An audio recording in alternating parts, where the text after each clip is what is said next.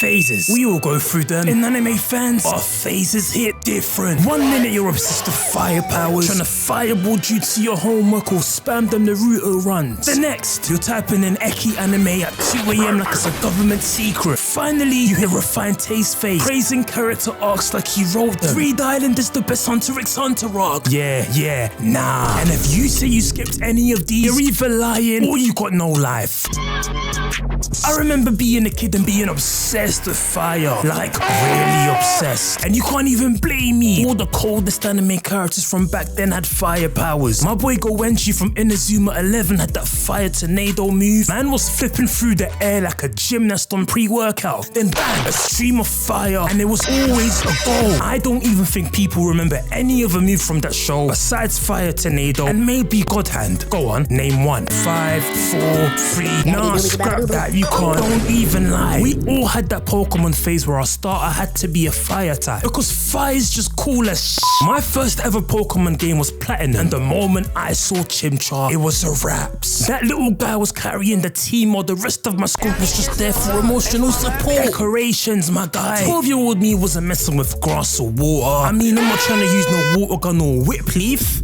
Whip, leaf, my brothers and sisters, don't get me started with Naruto, man. We never cared about no hard work beats talent. We all had our eyes on the Uchiha, especially Sasuke. Seeing that fireball jutsu for the first time, Sasuke spamming them hand signs like he's doing TikTok emotes. Kakashi's like, Genin can't do that move. Then boom, he excels that pack watch. But the wildest part, that wasn't even our first real anime phase. That came way earlier, and you probably didn't even realize it.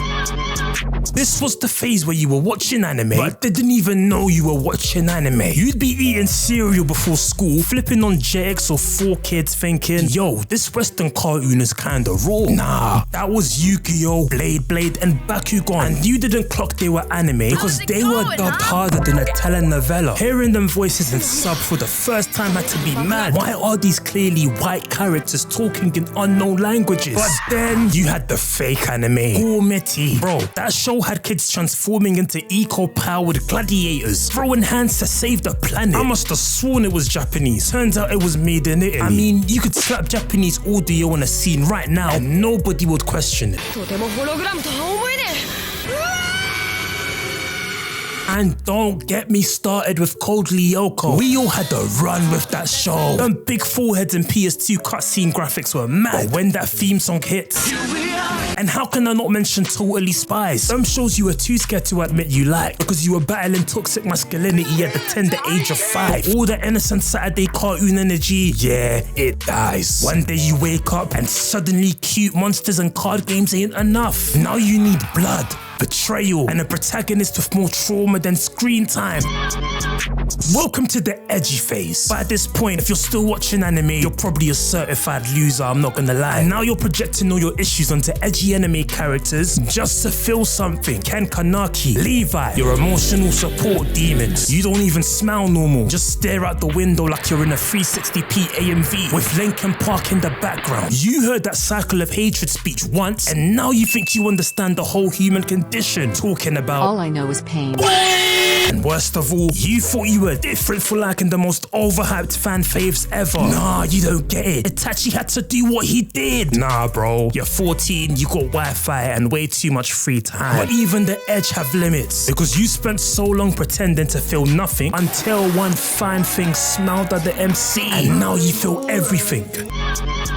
Everyone's acting like they weren't out here vicariously living through these characters. Like you weren't sitting there watching 2 anime characters touch pinkies and thinking, I'm not gonna lie, I need that. You swore up and down you didn't care about romance until that one girl showed up, whether it was Hinata, 02, and that's when it hit. You weren't just watching for the plot anymore, you were watching for the pain. The moment hands brushed in that cherry blossom scene, you were locked in like it was your relationship on the line.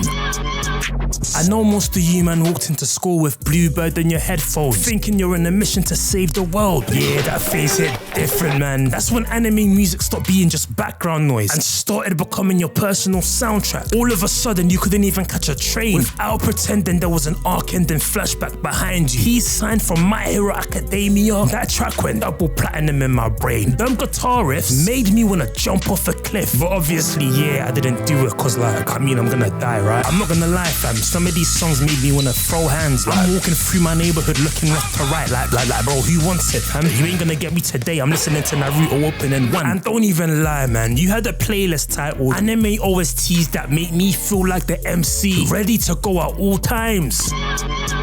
At some point, you stopped chasing power levels and started chasing meaning. This is when you entered your refined taste phase. Suddenly, 1,000 episodes per season is kinda whack. You're watching Perfect Blue, Berserk, Evangelion, shows that leave your brain spiritually dehydrated, shows that have you looking for more meaning, fam. You never even understood them for the first time, but had to act like you did because you wanna be an elitist so bad. Evangelion isn't confusing, it's misunderstood. Berserk's not just dark, it's a critique of fate and human will. You're fully transformed, you're out here thinking people give a about your opinion, and you scrapped the big three. You're now trying to convince your one friend who hates anime to watch Samurai Champloo because, bro, it's got hip-hop, swords, and philosophy. And let's be real, man, you still go back and watch Naruto fights every weekend, commenting peak fiction under every clip. To conclude, we all been through it, from spamming them shinobi crypt signs, to fake mourning Itachi like he was your older brother, to bumping anime openings like they dropped on Spotify top 50. So if you're still in your edgy villain arc, welcome, you're right on schedule.